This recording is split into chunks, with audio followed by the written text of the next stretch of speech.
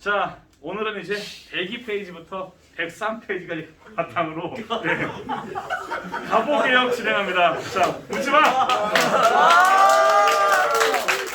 아니, 왜 이러지? 자, 가보개혁에 앞서서 지난번 배운 내용과 이어집니다. 지난번 동학농민운동을 배울 때 그 일본 군대가 조선 정부의 철수 요청을 거부하고 남아가지고 오히려 경복궁을 공격해서 점령한 상황이 발생했습니다. 이 일본은 이 경복궁을 점령한 이후에 이제 그들이 점점 정치 영향력을 강화시켜 가는데 흥선대원군을 앞세워서 이제 내정에 관여하려고 합니다.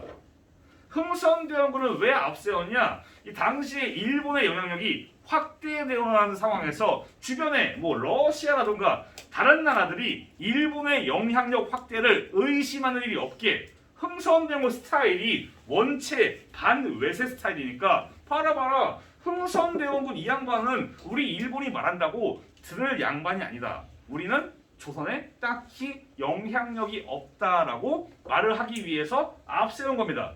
그리고 동학농민운동 때 지방에 집강소를 설치하고 중앙에 교정청을 설치해서 조선이 나름대로 내정 개혁을 시행하려고 하는데 이걸 다 쌍그리 무시하고 교정청을 날려버린 다음에 군국기무처를 새롭게 설치합니다. 요게 중요한 키워드예요.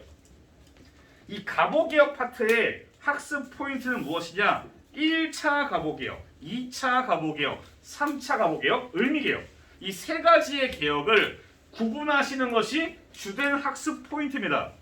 구분하기 위해서는 개혁의 내용을 암기하는 것도 우선이지만은 이렇게 각 개혁마다 등장하는 이런 기관이라든가 다른 뭐 여러 정강들 이런 거를 바탕으로 구분하시는 게 좋습니다. 군국기무처는 1차 가보개혁에서만 나오고 그렇기 때문에 만약에 자료에 군국기무처가 등장했다. 아, 요놈이 1차 가보개혁이구나 라고 알 수가 있는 겁니다. 근데 이때는 일본의 영향력이 세 보였지만은 아직까지 이제 청일전쟁이 진행되는 와중이었기 때문에 일본도 제대로 이거를 간섭을 하지 못해요. 오히려 이때는 일본의 간섭이 딱히 크지 않은 상황에서 나름대로 자주적으로 일본이 전쟁을 하는 틈을 타서 자주적으로 개혁이 가능했습니다. 이제 개혁의 내용들을 좀 볼게요. 많습니다. 이거 몇 가지는 중요한 암기 대상입니다. 이번 파트는 재미가 없어요. 가르치는 저 입장도 재미있게 할 건덕지가 없습니다. 개혁의 내용들이 쫙 이어지고 이 개혁의 내용들을 구분하는 건데 이 내용들을 가지고 재밌게 하려 할 수가 없어요. 자, 일단 먼저 청나라의 연호를 폐지해서 청나라의 관계를 어느 정도 청산합니다. 그리고 국내부를 설치합니다. 우리 이전까지는 조선 정부가 왕실과 정부가 딱히 구분이 되어 있지 않아요. 정부 거는 정부 거, 왕실 거는 왕실 거 딱 나뉘어 있는 게 아니고 그때 왕실이 필요할 때 정부 돈 쓰고 이런 현상도 나왔어요. 즉 재정과 예산이 투명하지 않았습니다. 그래서 이제는 전화돈은 알아서 하세요. 왕실만 담당하는 국내부를 설치해서 왕실과 정부를 뜯어버립니다. 그 국내부 설치의 의미입니다. 그리고 이, 호, 예, 병, 형, 공의 조선시대에 실무를 담당하는 6조가 있었는데 이거를 8개의 아문으로 개편합니다. 그러니까 아문은 무슨 부 이런 느낌이에요. 8개의 아문으로 개편을 합니다. 아무래도 이전에 6조는 이게 조선시대 스타일이니까 근대적인 거를 잘 담지를 못해요. 이 근대 문물들을 잘 담아내기 위해서 8개의 아문으로 세분화시킵니다. 뭐 경무청 설치는 큰 의미가 없으니까 저거는 암기를 할 학습적인 레벨은 매우 낮습니다. 그러니까 일본 스타일의 일본식의 경찰 제도를 도입을 한 건데 큰 학습 의미는 없는데 요거는 중요합니다. 과거제를 날려버립니다. 고려시대 광종 이후부터 우리 관리 선발 맞아요. 공무원 시험처럼 관리 선발을 하는 제도였던 과거 시험을 폐지해버려요. 이 과정에서 반발이 발생합니다. 자, 여러분, 우리가 원래 사법고시가 있었어요. 옛날에는. 사법고시를 폐지할 때 지금 폐지됐어요. 할 때 어떻게 했냐? 미리미리 말을 해요. 우리 5년 뒤에 고시 폐지합니다. 3년 뒤에 폐지해요. 내년에 폐지합니다. 이런 공지를 왜 하냐? 우리 5년 뒤에 폐지하니까 괜히 쓸데없이 고시 잡지 말고 딴 거 준비하시라고 미리미리 안내를 하는 겁니다. 근데 이때는 안내 없어요. 갑자기 전격적으로 올해 과거시험 안 봅니다. 갑자기 과거시험 평균 합격 연령이 40대예요. 기본적으로 공부하는 게 10년 이상이에요. 그런데 갑자기 전격적으로 올해부터 과거시험 안 봅니다. 해버린 겁니다. 10년 동안 공부돼. 예를 들어 볼게요. 여러분들이 3년간 난 정시밖에 없어. 정시만 팠어요. 근데 갑자기 뜬금없이 올해부터 정시 비율 5%입니다. 이런 느낌이에요. 3년간 수시를 막 준비해서 학생부 막 이쁘게 했는데 올해부터 정시 비중 90% 확대. 이런 겁니다. 이 사람들이 느끼는 좌절감은 그런 겁니다. 15년, 10년, 길게는 20년을 공부했는데 그 공부한 게 아무짝에 쓸모가 없는 겁니다. 유생들 막 책 불태우고 울고 자살하고 난리도 아니에요. 이게 사회적 문제가 나름대로 발생했는데 뭐 과거제라는 게 조선시대 스타일이니까 사실 근대화되는 모습은 아니에요. 사실 이게 필요 없기는 한데 폐지 과정에서 정말 어처구니 없는 일이 발생한 겁니다. 자, 그리고 재정기구를 탁지암으로 일원화하는데 여기에서 우리는 한 가지를 떠올려줘야 돼요. 한 가지의 사건. 재정을 일원화. 유사한 개념이 이전에 나온 바가 있습니다. 5번 얘들아? 네? 뭐였을까요? 일원화. 재정의 일원화. 배운 적이 있습니다. 바로 갑신정변 때 이때 개혁 정강 중에 뭐가 있었냐면 재정의 일원화. 이때는 호조 2호 예병 형공의 호조로 재정을 일원화한다고 개혁 정강을 발표했었는데 그게 당시에는 얘들이 3일 청하니까 잘 되지 않았어요. 이거를 갑오개혁 때 정식적으로 8개의 아문 중에서 재정을 담당하는 탁지 아문이 이제 여러 가지 재정무, 당시에 왕실 재정, 지방 재정, 중앙 재정 다 나뉘어 있습니다. 이걸 다 하나로 합친 것이 이것입니다. 유사한 개념, 갑신정변의 재정의 일원화, 호조, 관청만 다를 뿐이에요. 헷갈리기 쉽다는 겁니다. 잘 기억해 주세요. 탁지하면 이것도 밑줄을 쳐놓을게요. 그리고 은본위의 화폐제도, 이른바 은화. 은을 바탕으로 한 은화를 만들기 위해서 이제 전환국, 이전에 제가 언급했던 신식 화폐를 만들기 위한 관청이었던 전환국에서 은화를 만들려고 시도를 하는데 조선은 기본적으로 돈이 매우 없는 나라라서 은화를 못 만들어요. 그래서 어떻게 하냐? 남의 나라 돈을 대신 씁니다. 우리가 은화를 못 만드니까 은화 만들 때까지 일본 화폐를 사용하게 됩니다. 일본 화폐의 사용. 여기에서 말하는 외국 화폐의 대표가 일본 화폐예요. 그러다 보니까 자연스럽게 우리에 대한 일본의 경제 침탈이 가속화되는 겁니다. 은화 안 쓰고 뭐 썼냐고요? 동화 같은 거. 동전. 이런 거 썼어요. 이런 거. 도량형 통일. 이런 건 넘어갑시다. 이런 거는 학습적 의미가 없으니까 넘어가시고 조세급납제는 나름대로 보시면 합니다. 은본위 화폐랑. 예전에는 토지세를 뭘로 냈냐? 쌀이에요. 쌀. 쌀을 가지고 토지세를 내는데 이제는 정식적으로 쌀을 내지 말고 돈으로 낼 것을 확실하게 제도로 결정을 해버립니다. 이러면서 아무래도 화폐 사용이 많아지니까 나라 경제가 상업이 발달하는 것을 유도를 한 겁니다. 여기까지 이해되셨죠?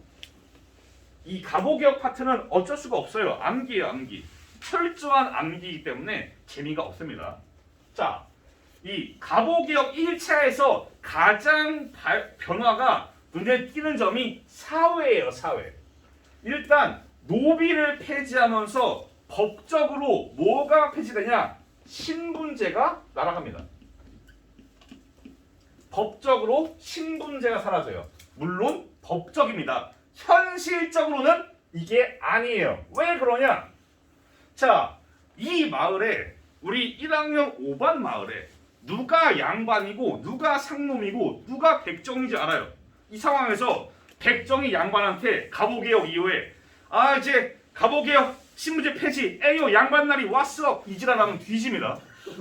바로 멍석말이에요. 어딜 감히 쳐난 것이로서 둘둘 말아서 좁혀서 강가에 버려버려요. 아직까지는 현실적으로 인구의 이동이 많지 않기 때문에 신분제는 남아 있습니다. 현실적으로. 언제까지냐? 1950년까지 신분제는 약간 내부적으로 남아 있어요. 왜 50년이냐? 이때 뭐가 발생하냐? 6월 25일에 6.25가 발생해요. 두 가지입니다. 전쟁을 도망치기 위해서, 피난하기 위해서 인구 이동이 많아지면서 더 이상 누가 양반이고 누가 상민인지 몰라요. 누가 백정이고 누가 노비이고 누가 양반인지 모릅니다. 자연스럽게 노비가 섞일 수 있는 거예요. 거기에 더해서 추가적으로 총 안에는 신분이 없어요. 총은 인류를 평등하게 합니다. 양반도 한 방, 백정도 한 방이에요. 실제 총기 브랜드인 콜트사의 표였어요. 총은 인류를 이퀄하게 만든다고, 평등하게. 실제로. 그러니까 너도 한 방, 나도 한 방이에요. 깔끔하게 평등하게. 뭐 양반은 두 번 맞고 죽이나? 아니잖아요. 여튼간에 현실적으로 신분제가 사라지는 것은 50년입니다. 현실적으로는. 심지어 일제시대에도 그런 게 살짝 남아있는 경우가 있어요. 관습적인 게. 자, 또한 연좌법. 예전에는 죄인의 뭐 삼족을 걸어라 이런 거 있었어요. 역적죄, 이런 대역죄의 경우에 그 사람의 일가 친척, 외가의 친척, 삼족을 갖다 멸해버리는 연좌제, 아니면은 도망갔어요. 그 세금을 옆집 사람한테. 이런 식으로. 5명 있는데 야자를 쬐어요. 4명이 더해라. 이런 식으로. 이런 식의 연좌제가 있었는데 폐지합니다. 또한 고려시대부터 내려온 일찍 결혼하는, 보통 12살, 13살 이럴 때 결혼했어요. 일찍 결혼하는 조혼, 이것도 없앱니다. 게다가 예전에는 유교 사회에서 이 정절, 여자의 정절이 되게 상당히 강조되는 느낌이에요. 만약에 12살에 결혼해요. 남편이 14살에 죽어. 아내는 16살이에요. 평생 혼자 살아야 돼요. 재혼이 안 됩니다. 그냥 너는 혼자 살면서 은장 부리면 차가지고 누가 덮쳐오면 죽어라 이런 식으로 정절을 강요하는 겁니다. 이런 게 사라집니다. 과부의 재혼을 허용합니다. 즉, 이 세 가지를 하나의 테마로 묶으면은 봉건적인, 옛날 스타일의 봉건적인 악습을 폐지하는 겁니다. 즉, 사회에서 신분제가 사라지고 과거 조선 사회의 봉건적인 악습 또한 사라지는 겁니다. 이해하셨죠? 다시 정리하면은 국내 다 키워드예요. 국내로 설치, 파라문 개편, 과거제 폐지, 재정의 일원화, 음본위 화폐, 조세 급납제, 신분제 폐지와 봉건적 악습 폐지. 다 중요한 키워드니까 잘 알아두시길 바라겠습니다. 여기에서 넘어갈게요. 2차 갑오개혁입니다. 자, 청일전쟁에서 사실은 이게 청과 일본의 싸움에서 원체 급이 달라요. 청나라가 원체 급이 큽니다. 대국이고 인구도 많고 심지어 장비도 훨씬 좋아요. 함선의 크기 차이가 3배 이상입니다. 이러니까 주변 나라들 볼 때는 야, 이거 청이 그냥 이기겠다 라고 여기는데 뚜껑을 여니까 청나라가 진짜 못 싸웁니다. 함선 크기가 3배인데 문제는 뭐냐? 배에서 나갈 포탄이 없어요. 이 한 포에 대포에 포탄을 사서 훈련하고 그래야 되는데 당시 이런 무기 구입비를 그 청나라 지도부가 유흥비로 써가지고 포탄이 없어요. 배가 크면 뭐해? 허수아비입니다. 자연스럽게 일본 군대가 그 배를 생포합니다. 배를 그냥 납치해요, 그냥 지대들이. 그런 상황이에요. 육지에선 개판입니다. 다만 이게 한심한 게 더 한심한 거는 조선이에요. 거기 102페이지 지도 보시면은 102페이지 지도에 청나라랑 일본이 싸우는데 전쟁터가 어디냐? 한반도예요. 보시면 평양전투, 황해해전, 풍부해전 다 한반도입니다. 여기서 싸운 거예요. 이 조선 내부에서 청과 일본이 싸워요. 정말 한심한 게 청과 일에서 당시에 일본이 경복궁을 차지하니까 조선의 중앙군대가 여기 편을 들어요. 지방군대는 여기 편을 들어요. 지들끼리 싸워요. 한심함의 극치입니다, 사실은.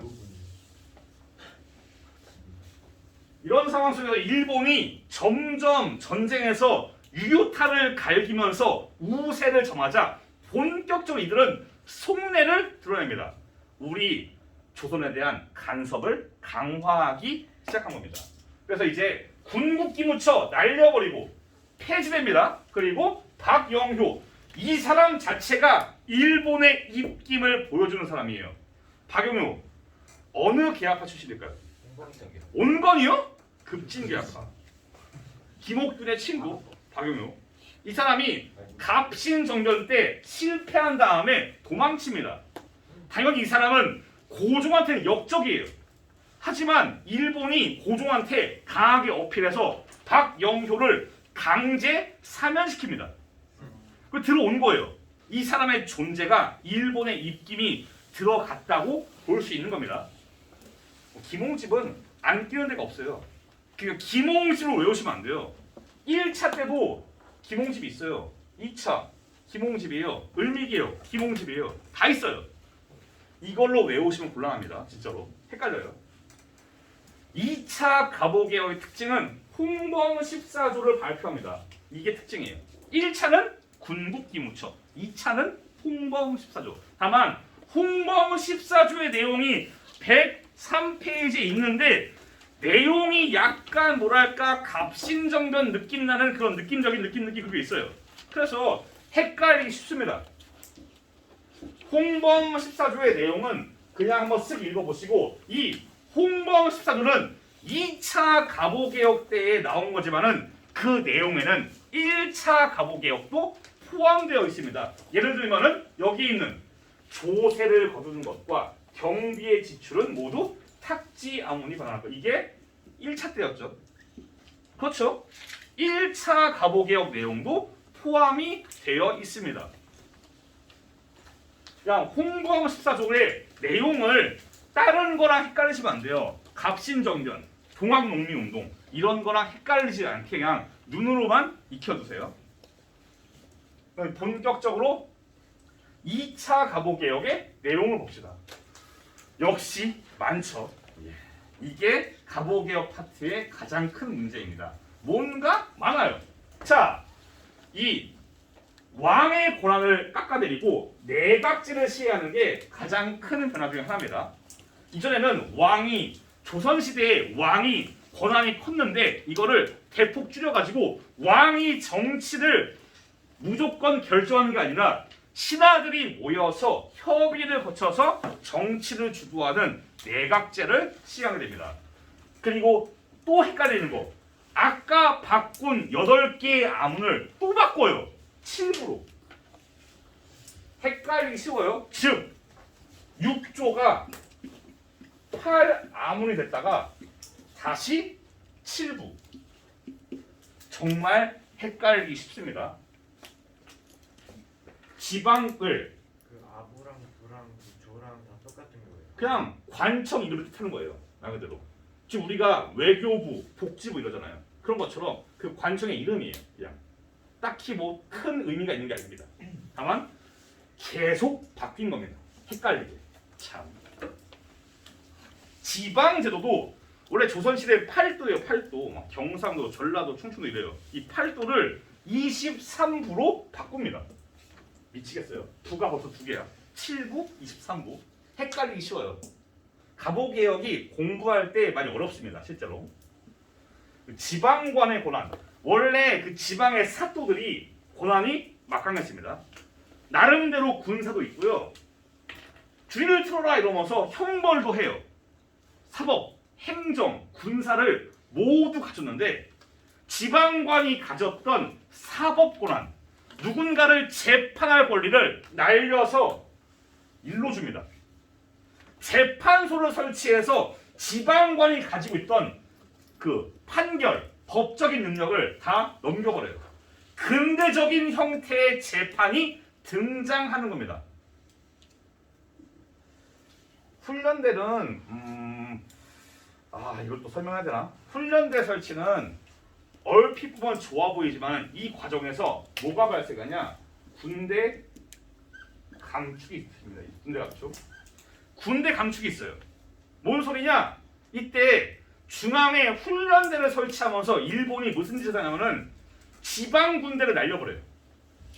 그건 전체적으로 조선의 군사력이 약해지는 겁니다. 중앙 군대만 남으니까 지방 군대가 다 사라져요. 이러면 자연스럽게 조선의 국방력이 약화되는 거죠.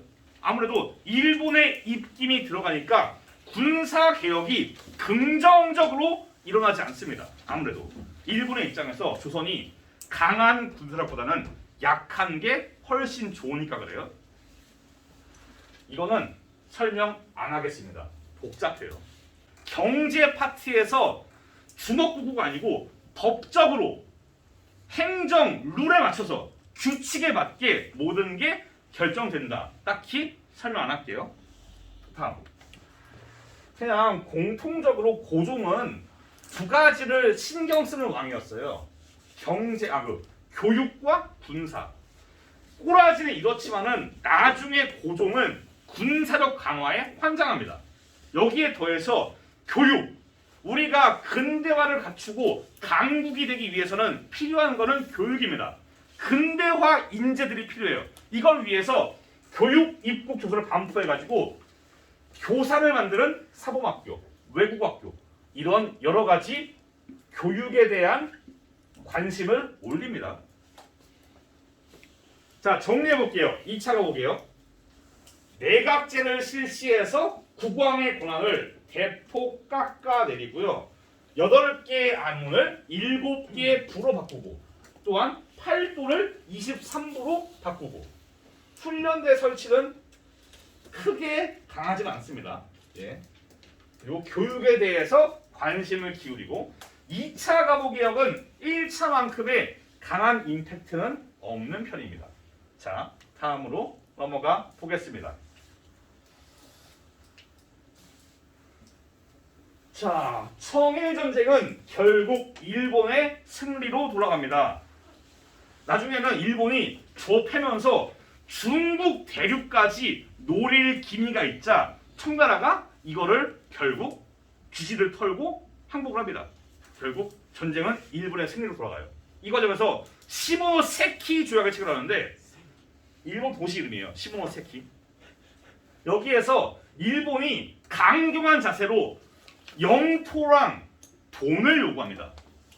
즉 막대한 양의 배상금을 요구하고 여기에 더해 타이완과 요동반도, 랴오동반도를 요구해요. 청은 줄 수 없다라고 하지만은 일본이 꼬면 싸우든가 라고 해가지고 어쩔 수 없이 청이 더 이상의 전쟁은 무의미하기 때문에 일본의 요구를 받습니다.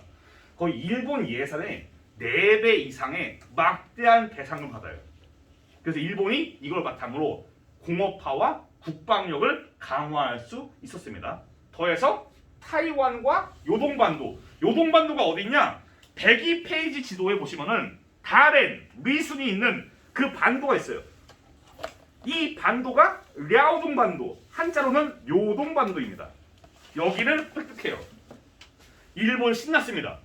일본이 원하던 대륙 진출, 중국 대륙으로의 진출의 길이 열린 겁니다. 일본 신났어요. 해냈다. 좋아하는데 갑자기 뜬금없이 러시아가 와서 응 아니야. 야 일본아 너네 약한 청 괴롭히고 그러면 안 돼 라고 하면서 삼국 간섭을 제기합니다.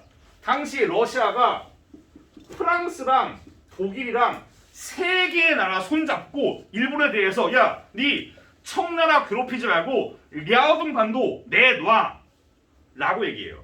러시아는 일본이 만주로 진출한 것을 경계합니다. 만주 진출의 발판인 랴오둥 반도를 러시아는 일본한테 넘겨줄 생각이 1도 없어요.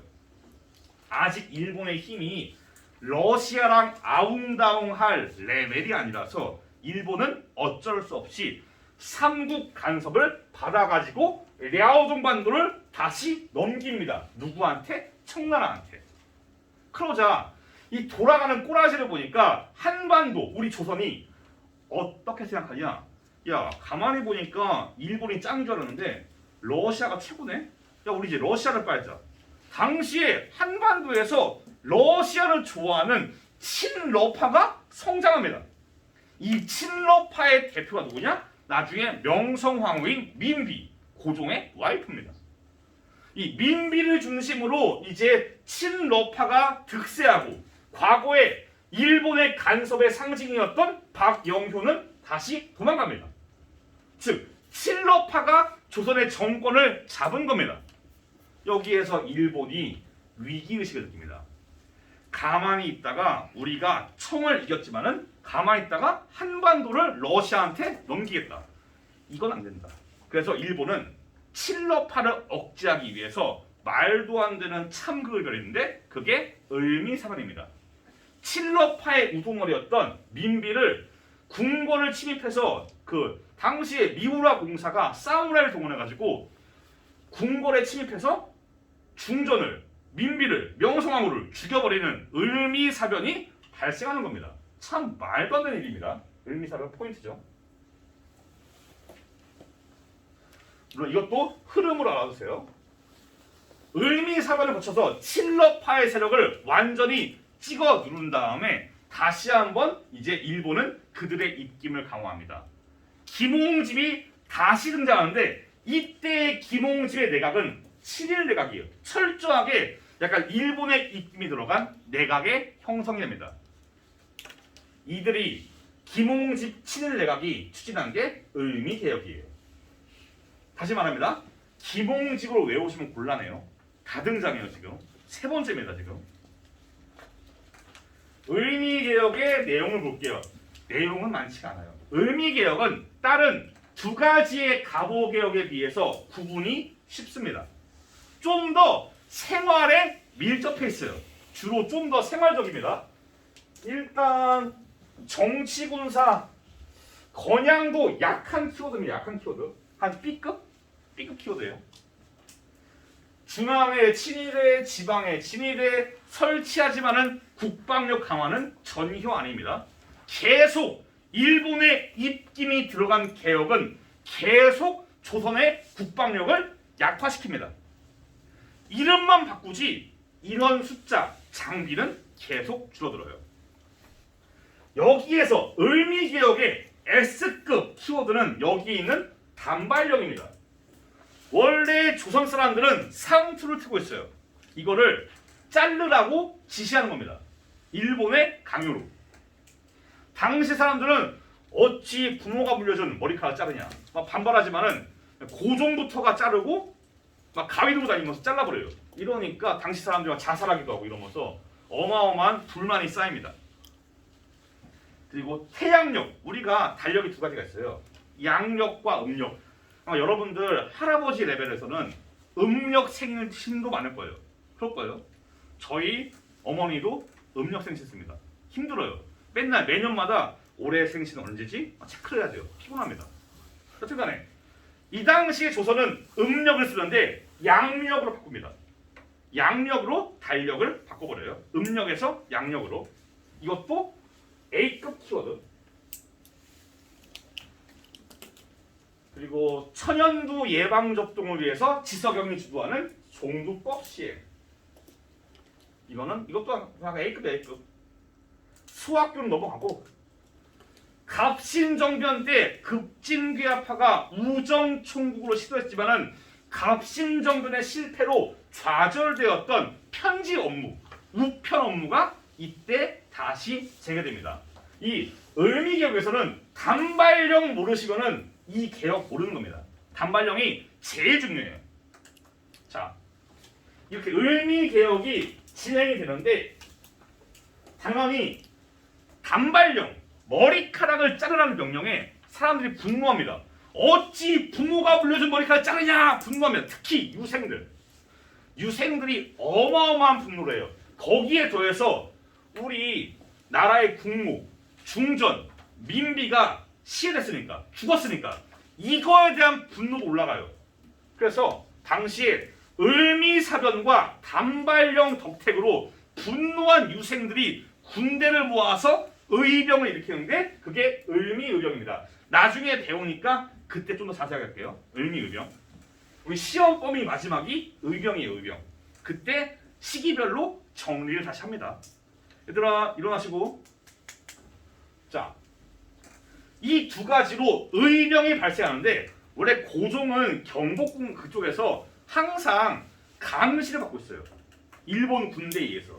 의병 진압 과정에서 이 군대의 움직임이 있으면서 고종에 대한 감시가 의병 때문에 소홀해집니다. 고종이 당시에 신변 위협을 많이 느껴요. 왜 그러냐? 자기 아내가 죽었어요. 침입해가지고. 이 말은 내가 죽어도 이상하지 않아요. 와이프가 아니라 내가 죽어도. 그래서 고종이 원체 위협 느껴가지고 고종이 심지어는 낮에 잡니다. 밤에 일을 해요. 무서워가지고. 그러기도 합니다. 그 정도로 신변의 위협을 느꼈는데 당시에 러시아 공사가 접근합니다. 전화 쫄리시죠? 좀 힘드시죠? 저희 러시아가 전화를 보고해드릴게요. 저희한테 오시죠. 러시아 공사의 접근으로 고종은 감시가 의병 때문에 소홀해진 틈을 타가지고 전격적으로 일본 모르게 전격적으로 러시아 공사관에 도망갑니다. 그거를 아관파천이라고 그래요. 파천은 황제나 왕이 거처를 옮기는 걸 말해요. 아관은 뭐냐? 러시아 공사관. 즉 러시아 공사관으로 왕이 이동을 했다라는 겁니다. 가자마자 한 게 뭐냐? 자기 머리 자른 사람 죽여버리고 그 다음에 과거에 을미개혁을 주도했던 친일파 내각들 다 날려버립니다. 그러면서 을미개혁이 전격적으로 중단되는 겁니다. 자연스럽게 그 다음 등장하는 내각은 아무래도 러시아의 입김, 러시아의 보호에 왕이 있으니까 자연스럽게 러시아 중심의 내각이 형성될 수밖에 없는 겁니다. 자, 이 파트는 사실 지난번 배웠던 동학농민운동과 시기가 동일합니다. 이 1894부터 1896까지 지난번에 배웠던 동학농민운동과 이번 시간에 배운 갑오개혁까지 다 한데 뭉쳐있어요. 수많은 사건이 발생한 고작 2년입니다. 시기 순서가 거기 103페이지 곳에 있어요. 이 연표가 103페이지 위에 있거든요. 안 보이시면 그걸 보세요. 즉 동학농민군 동기부터 중간에 경복궁점령, 청일전쟁, 갑오개혁 계속 낍니다. 계속 뭔가 사건들이 발생해요. 이때 한반도 격변의 시기입니다. 어떻게 보면 결국 이 모든 과정을 거쳐서 최종적으로 어느 나라의 영향력이 확대되냐? 러시아입니다. 고종을 보호하는 러시아의 영향력이 이때는 완전히 확대되고 이 상황에서 우리가 다음 시간에 배울 독립협회가 등장하는 겁니다. 다음 시간은 독립협회 활동과 함께 대한제국이 세워지고 이 대한제국 시기에 일어났던 일련의 개혁들인 광무개혁에 대해서 만나보겠습니다. 고생 많았습니다. 다음 시간에 뵐게요.